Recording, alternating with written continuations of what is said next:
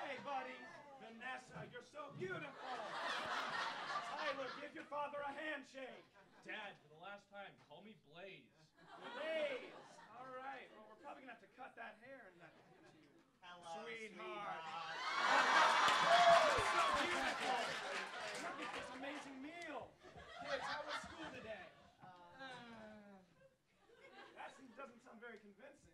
So, honey, did you have any luck in the job department today? I'm afraid not.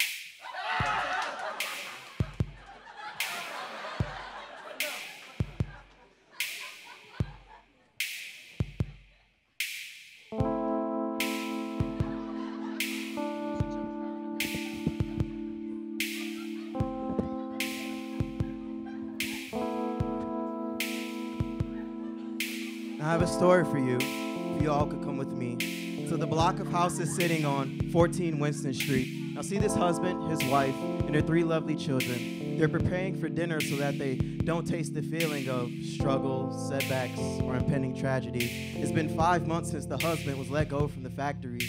They get government assistance, but not enough for support as their bank account crumbles like the walls outside the door. They've been living rent-free, but it's a price they can't afford. They go through all the moments because they don't know what's in store. But the spirit of the children keeps the family's hope alive. But when they get too lively, the father gives the evil eye. Now standing outside, you'll notice the landlord. He's currently collecting rent. He's going by door to door, and he's sore from repairs on the neighbor's first floor because he tries to fix the problems, yet he doesn't know what's in store. And now he strangely gazes at the family's front door, aware it's another month of rent that they can't afford, but he can't afford to keep showing them compassion because the houses will be closed, as you see, in contrasting fashion. And that's just one of the conflicts that he faces. Without the rent money, the houses aren't in regulation, and the ground begins to creak as he continues to fidget, and 2 figures emerge without the ground splitting.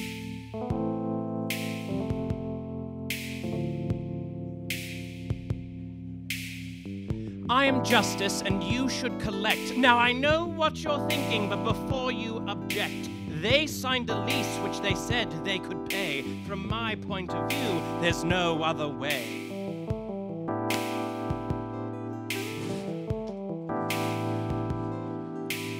Then the children ask, "Mommy, what's evicted?" She tries to explain it by applying it to fiction, but suddenly the children lost all of their conviction as they noticed the defeat in their father's disposition. Now in this position with nothing to eat, they've settled into their new home out in the street.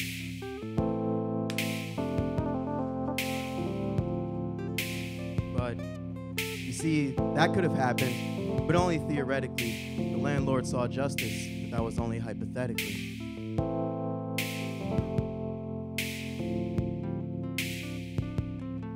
I am Mercy. I'm here to remind you how rough these times are for the ones who just don't have enough. He's looking for work, and things could get better.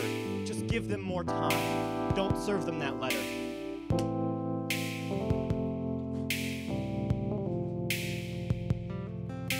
Then the children ask, "Daddy, what's condemned?" He tries to use fiction to explain the word to them, but then they grew discouraged and they trembled in fear as they glanced over and noticed their mother was in tears.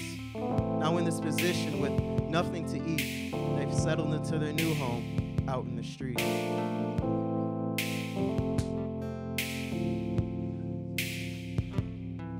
You see, that could have happened, but only theoretically. The landlord saw mercy, but that was only hypothetically.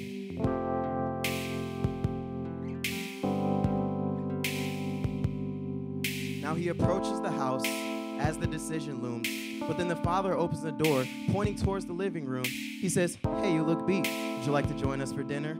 After the smell of their compassion, he couldn't help but to enter. And as the landlord sat down, everyone enjoyed the meal. But the decision was on his plate. Joy was something he couldn't feel. His stomach began to churn, and he could only taste his wounds. And he didn't touch the silverware or try any of the food. And not to be rude, he sank and began to grieve and said that justice is cruel, yet mercy is naive.